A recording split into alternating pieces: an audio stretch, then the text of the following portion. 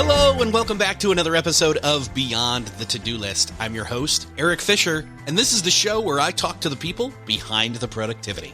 This week I'm excited to share with you a conversation I had with Ian Sanders. He's the author of the new book, 365 Ways to Have a Good Day. And in this conversation, we focus in on what that book is all about, why he wrote it, what the need was that this book is filling, and the book itself focuses in on small stuff that you can do every day to make your life better. It's a change in perspective, a change in rhythms, routines, being able to hit reset, design the life you want, break through limiting beliefs and perspective, and recharge. Honestly, a lot of the different things that we talk about in this show. But this is a great way to have bite-size perspective and meditative moment resets for your life. It's a great book. It's a great conversation as well. So I'll just get out of the way and say, enjoy this conversation with Ian Sanders. Well, this week, it is my privilege to welcome to the show Ian Sanders. Ian, welcome to the show. Hey, thanks, Eric. Thanks very much for having me on. So I am fascinated by the title of your new book. It's 365 Ways to Have a Good Day.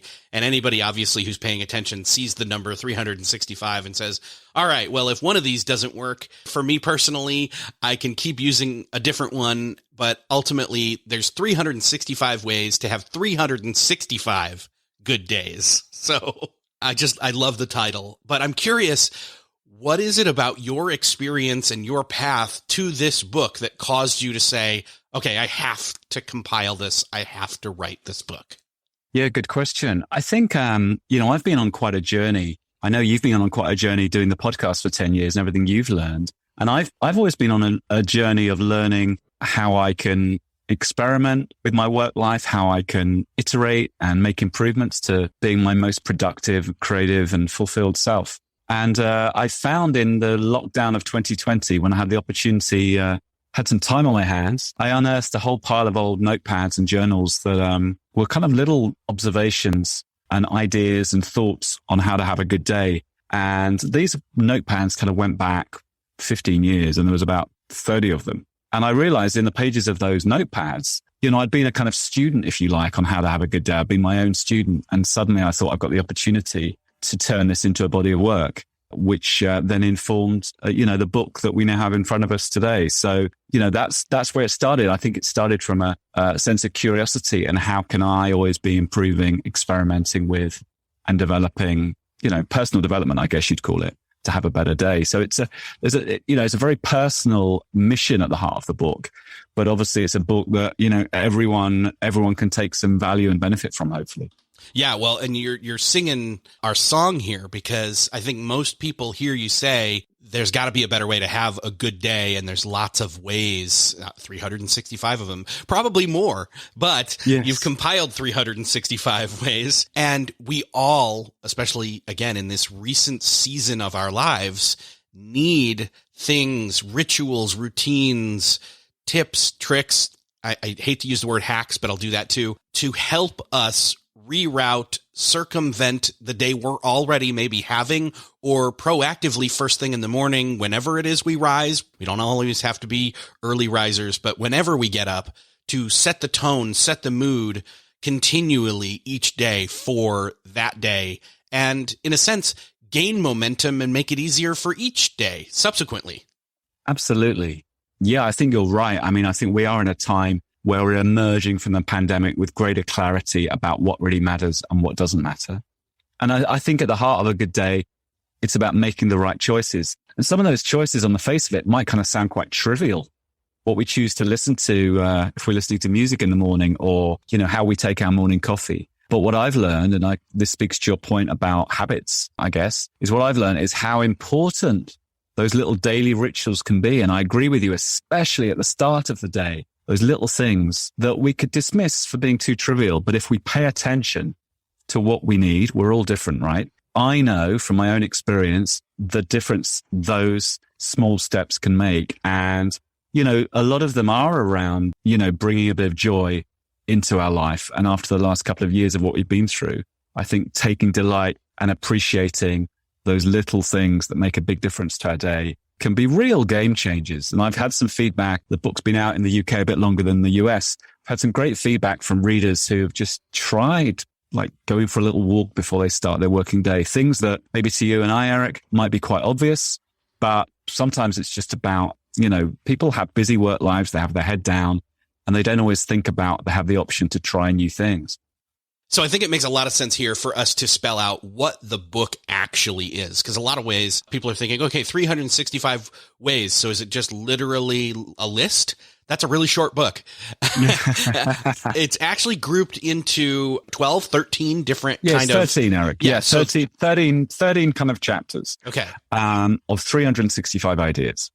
And, the ideas, they're super short. They're kind of, a couple of paragraphs, like 150 words per 365 ideas.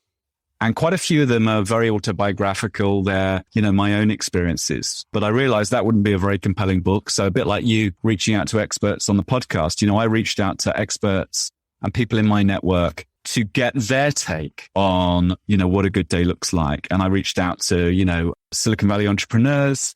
I reached out to like a dance psychologist, psychotherapist to kind of get the science take on all this. And, there's 365 ideas in there. They're not going to be for everyone. I don't think anyone's going to pick this up and go, hey, all these are relevant for me. I think it's very dippable in kind of book. And I think, you can dip into it at random and, find something that works for you, something that gives you a bit of joy, something you can try, something around habits, rituals, productivity and creativity. So obviously you've got 365 different entries. There's probably two different approaches people might be considering when going through the book. One is to do it as a daily reading habit and get a new idea each day to maybe try that day. Now, there are pros and cons to that approach where, you might get to a day and say, oh, I'm not really equipped to do this today, but maybe some other day. Yeah. Actually, there's a third path. It just occurred to me. But the other path is just rip through the whole book, mark all the ones you think that are initially ones you could try and maybe backup ones that you would try in the future when you're aware of the idea, you grasp the idea, but you want to think about it, ponder it a little bit more. But the third way that just occurred to me is to go chapter by chapter and just do one chapter at a time and say, of this chapter, which of them are the most viable and which are the ones that I want to inch my way towards. I don't know if you've thought of those three perspectives or if you've had other people ask you about that, but as you were writing it though, what was your intended reading prescribed, path through the book? Yeah, it's a good question. I like your third idea there, grouping it in the larger chapters. I hadn't thought of that. I think, my own intention was to, put 365 ideas in there and to make it very digestible and to give a lot of kind of diversity in there. But, you're right. I think, I haven't written this like a Ryan Holiday book, Ryan Holiday's Daily Stoics that some of your listeners might know, where, you can pick it up and you've got the date and today's, whatever the date, beginning of May. And we open it up and look at the entry for that day. I think some readers have told me they have it on their bedside table and they're reading one a day. But let me be honest, I don't think they're necessarily going to be, all actionable day by day. I mean, I might be proved wrong by a reader who might do an experiment and try one for every day, because some of them are stories shining the light on other people's stories and other people's experiences. Also, I think it's really important to say that we're all human. We're all different. What I need to have a good day is going to be different to you, Eric. And if we're sitting in a neighborhood coffee shop, the guy or lady sitting on the next table is probably going to have some different things to us.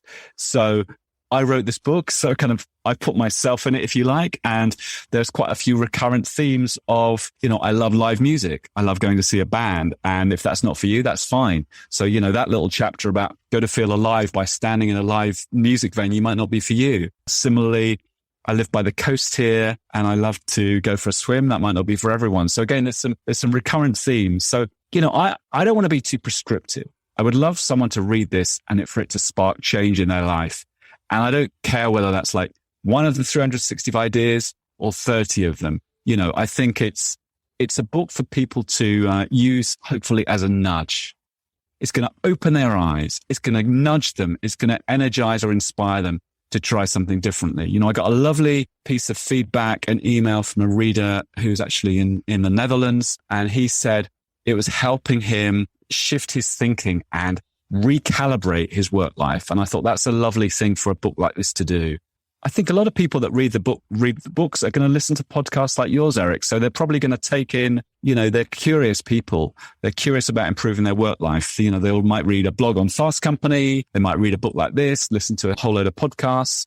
And, you take in all this different information and then get inspired to try new things. So I think it's in that kind of spirit that I'd like people to use the book. Perfect.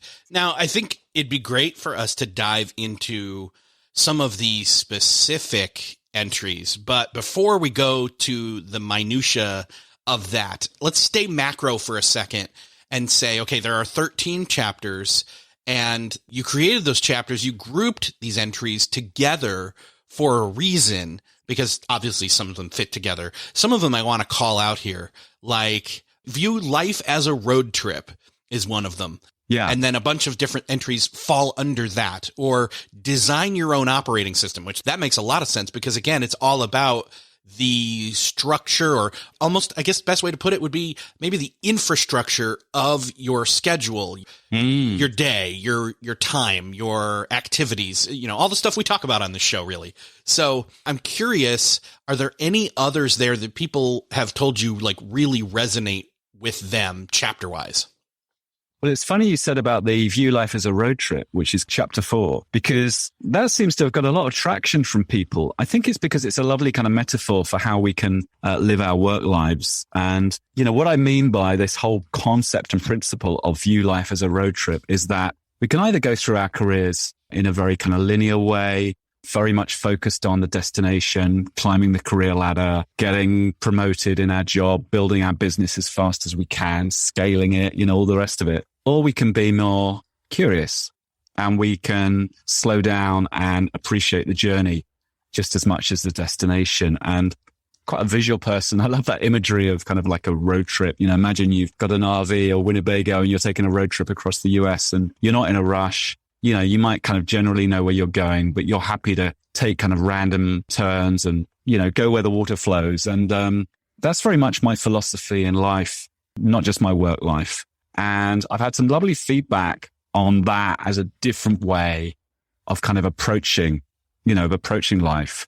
And it seems to resonate with quite a few people. So that, I'm delighted to hear it has. Yeah, I love to think and talk in metaphors. And I love road trips too. So thinking about life as a road trip, in a sense, really resonates with me. I love having those different kind of lenses to look at life. Oh, great. Through. Yeah. So that one really resonated with me as well. Again, and I also mentioned, so then there's the road trip side of things, and then there's the operating system side of things. So that kind of gives you the clue that, like, I almost metaphorically feel like a nomadic nerd. I don't. The intersection of those two. Yeah, yes. I like it. Yeah. Yeah, I think the operating system thing, I mean, thanks for tuning in on that one, is about, being very aware of what we each need to be at our best. And, I've got some kind of signature things that are very much part of Ian Sanders, as a human being, let alone as in my work life. I mean, it's the same thing, work Ian and the outside of that work Ian. But those things are like, they're really sacred to me, Eric. They're kind of, getting unshackled from my desk, spending time, walking, wandering, taking clients on walks and wanders when I can, sitting in coffee shops, getting unplugged, getting away from the screen. Those then inform a whole set of habits and routines that sit at the heart of my operating system. So I suppose the call to action with the operating system is for us to all, get hyper aware of what we each need to operate at our best. And we all know what an operating system is. And when our smartphones and laptops prompt us that they need to update to the latest version of whatever. And the same with us as human beings, right? To really tune into to what we each need to be at our optimal best. And I don't mean, when I say optimal best, I don't believe that we should be trying to squeeze productivity and results out of every waking hour when I say our optimal best, because we've all got different motivators. And one thing that's the heart of my life as a philosophy, it's your life not a business model, is a little saying I have. And, I'm not trying to squeeze things out of every waking hour, but I'm just trying to pay attention to what I need in order to have a good day. That resonates with the ethos of this show as well. It's why we call it Beyond the To-Do List. It's not just about the to-do list. It's about more than that. It's not just the tasks. It's the deeper work of life. And I really like that. I like that it even kind of ties into a different chapter that's later on called Just Do a Day. And I love that because, we've talked about rest. We've talked about sleep. We've talked about things like that on this show before. I think one of the things that we try to hammer home is productivity is not just about producing. It's about having an optimized operating system for life. Yeah. That's why it's beyond the to-do list. It encompasses all those different aspects of life. Some we may not talk about ever on this show, but overall, it means in a lot of ways, a lot of things are fair game. And we can really dive in and say, how can we optimize that with self-awareness? How can you know yourself better? How can you know what works best for you in terms of self-discovery, strengths, weaknesses, all those good kind of things, in terms of personality tests. And, I'm not going to list them all out here, but that's kind of where I feel some of this stuff falls into. But it's not always about that. It's also about like noticing yourself. And for example, notice your breathing. For example, that's number 5. That's an easy one. So let's talk about that for a second, because like that's being in the moment. I guess that's in a way, noticing your breathing to go geek here for a second is the software and the hardware talking to each other. Oh, that's a nice way of looking at it, isn't it? Yeah. I mean, I think most of us who are interested in kind of the whole productivity scene and self-improvement are very aware of breathing and meditation and mindfulness and all those kind of things. But, it wasn't until I met this guy, Michael, who I mentioned in the book, who's written his own book, a very good book called Do Breathe. And, he really helped me think about how important, our breathing is. And I just hadn't considered it before. When did I meet him? 2012, 10 years ago. I just hadn't considered it before then. And I think a lot of people are aware of the importance of the breathing and taking a breath, especially when life gets difficult or stressful, or we're like, can't cope. We're having a difficult day and struggling. And just taking control of that and slowing down. I'm doing it right now, right? You can hear it here in my voice, just slowing down and taking a breath, actually can be quite transformational. And I know a lot of people advocate, kind of meditation. I've experimented with it. It's kind of not for me, not in a traditional way anyway. I have different kind of ways of being mindful and present. But I think, that is a lovely foundation stone, isn't it? About breathing that can sit underneath so much of our life, and we can have better quality lives by paying attention and being present to our breath. Well, and I wouldn't knock that what you're doing with breathing isn't meditation. You're just not, sitting there doing guided meditation per se. True. So. No, good point. Thank you. Yeah. Yeah, you're right. Yeah. Yeah. And there's a couple other different ones that resonate with me in terms of the operating system, and, tuning into yourself is another one.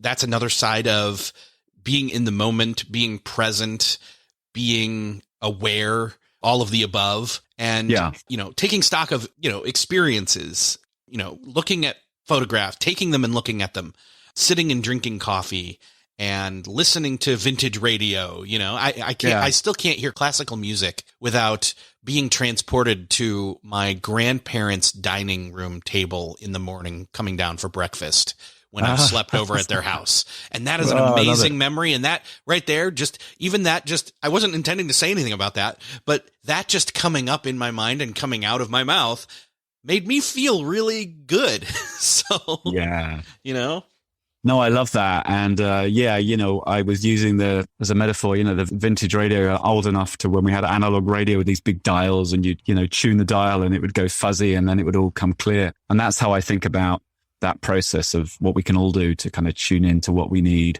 And it goes back to what I said earlier about paying attention. And I just think so many of us, and I used to, live our work lives at kind of 100 miles an hour, and we don't stop to pause.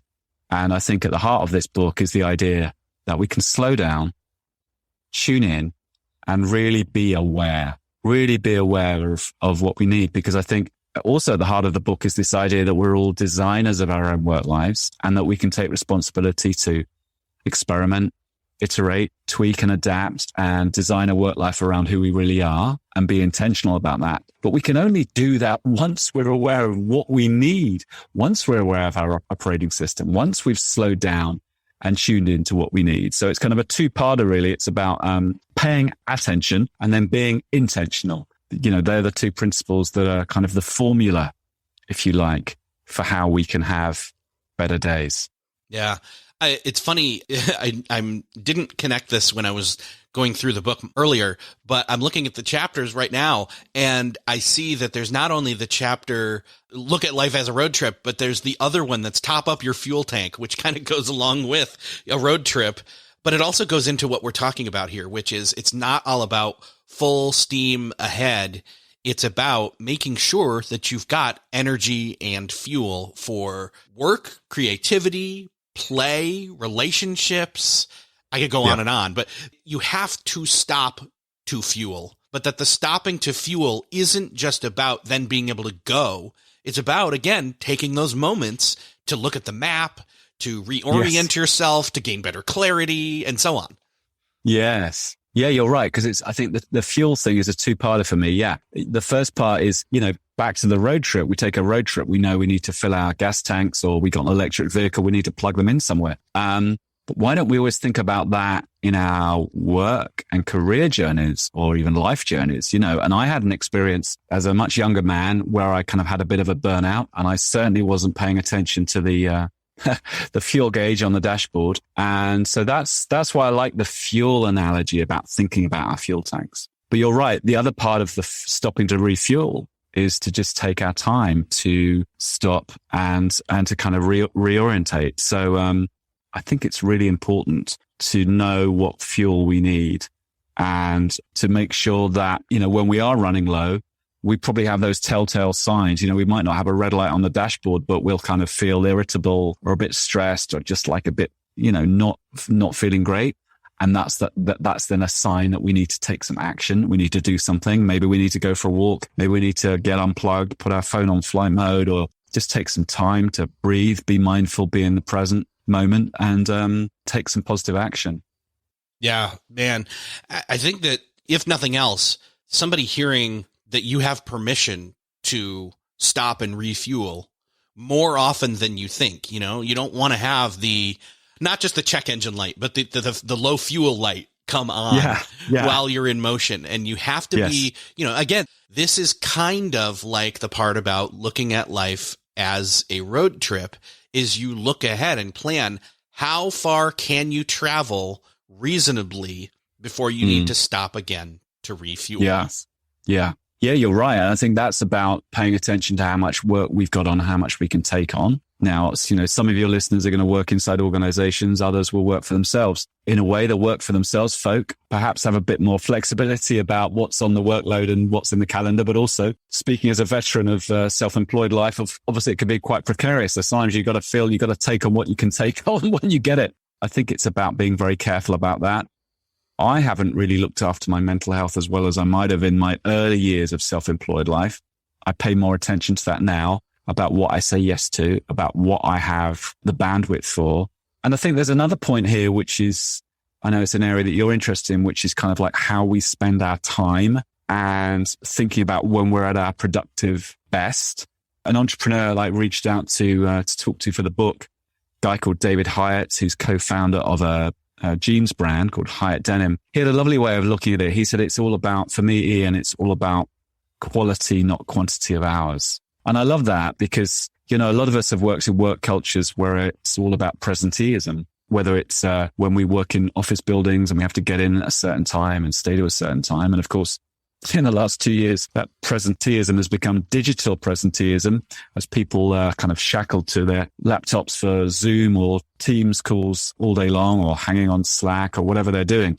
I think it can feel really liberating that we stop thinking about quantity of hours and we start thinking about quality of hours.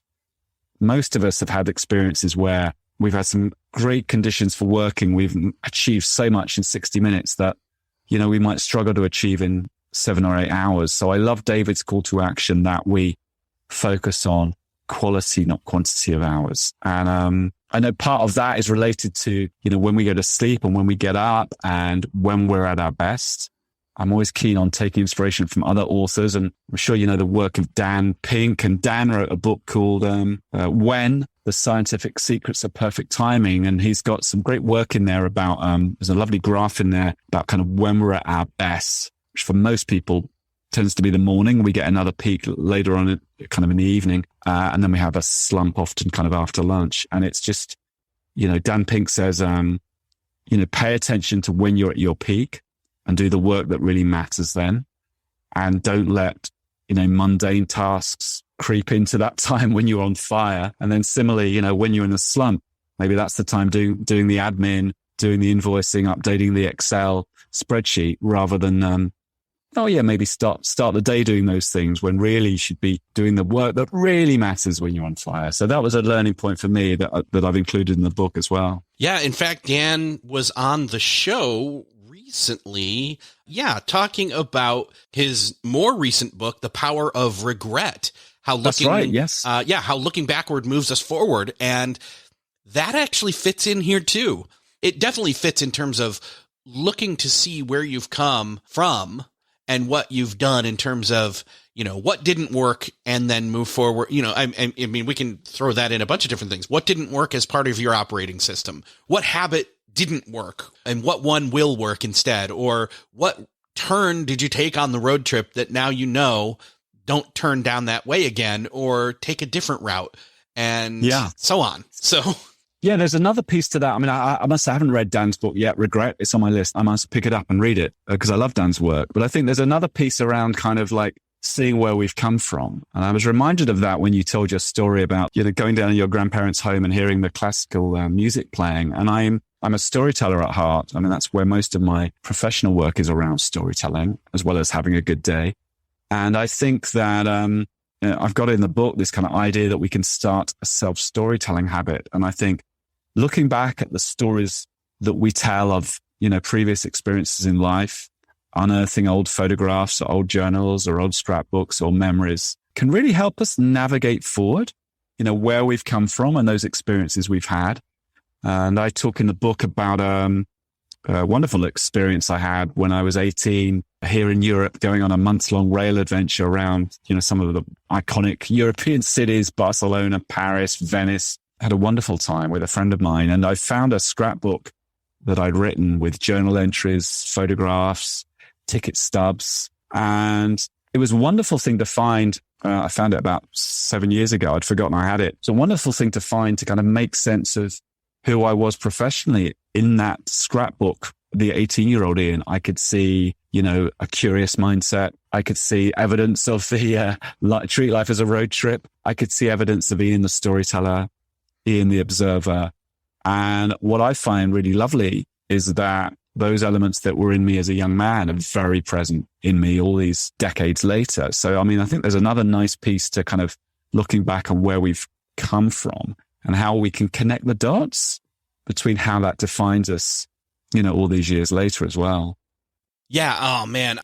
You know what? I'm going to do it anyway. Live Googling on a podcast is never something that I suggest you do. And we could edit this out, but for the sake of humor, what you just said makes me think of a connecting the dots quote from Steve Jobs. Maybe you know it and can say it while I look it up, but it'll take me 2 seconds. Know it. All right. No, go for it. So let's see if I can find this. There it is. Okay. So it says, you can't connect the dots looking forward. You can only connect them looking backward. So you have to trust that the dots will somehow connect in your future.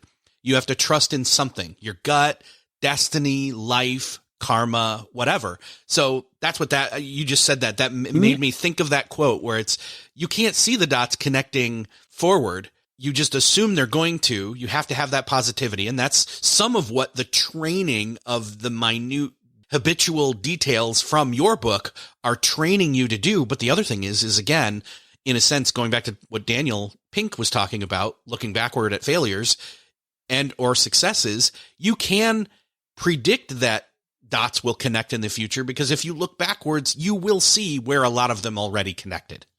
Yeah. Yeah. No, thanks for that reflection. And I think, that's Steve Jobs quote sounds a bit familiar, but I hadn't heard the full version of it. So thank you. Yeah. So I love that kind of dot connecting. And, we talk a lot about our life journeys, don't we? And it is a journey. So I like to go back and, look at previous chapters in our story, if you like, and how that aligns with where we are now. And the choices we make. And to Dan's point is, some of those experiences are kind of failures and struggles that we learn from, or regrets. And others are perhaps like my European scrapbook adventure experience, which is kind of like setting down in stone, the hallmarks of who I grew up to be, which I had no sense of at the time. I just thought it was a kind of trivial little scrapbook. I didn't even think I'd hang on to it. So there you go. Don't chuck away your scrapbooks, folks. Yeah. That's definitely one way to connect those dots. So, man, Ian, there's so much more. One, we've touched on kind of a macro level of some of the chapters, as well as some of the specific entries inside of those. But I think we've done maybe 4 or 5 briefly, maybe 6 or 7. Yes. There's 365. There's so much we haven't touched on that's in the book. But this is a great book for people who are looking for quick, easy insights, but not necessarily low impact. These are high impact. Like, you come across something, one idea can change your course. So here are 365 of them. And it's not a book filled with fluff. It's filled with a lot of, I wouldn't say instant, but maybe an instant punch with kind of a long lasting after effect. It'd be great if we can point people towards where they can find out more and maybe get a sample of the book. Thanks, Eric. Yeah, if people go to iansanders.com and click on 365 Ways, or go straight to iansanders.com/365, you'll find some blurb about the book and some links to some resources. And you'll also find a download button where you can download a free sampler for the book. So, I would suggest people do that. And if you like what you see, please go and check out the book at your local library or bookstore. But the best place to go, iansanders.com. Awesome. Ian, it's been great talking with you. This is a great book. I highly encourage everybody to go check it out. I'll link up to everything we just talked about in the show notes. And Ian, I can't wait to see what you do next. Oh, thanks, Eric. I really enjoyed this conversation and learned a lot in the process as well. So thank you very much. Well, that's another podcast crossed off your listening to-do list. I hope that you enjoyed listening into this conversation with Ian Sanders. I know that I enjoyed talking with Ian, and I know that I enjoyed the book, and I hope that you will too. In fact, I know you will if you take a chance on it. We've linked up in the show notes where you can find out more about the book and even get a sample. And if you know somebody that you think this conversation and book would benefit, would you do me the favor and them the favor of sharing this episode with them? Hit that share button in that podcast player app of choice where you're listening to this, or head on over to the show notes at beyondthetodolist.com and hit the share button from there. Thank you so much for sharing. Thanks again for listening, and I will see you next episode.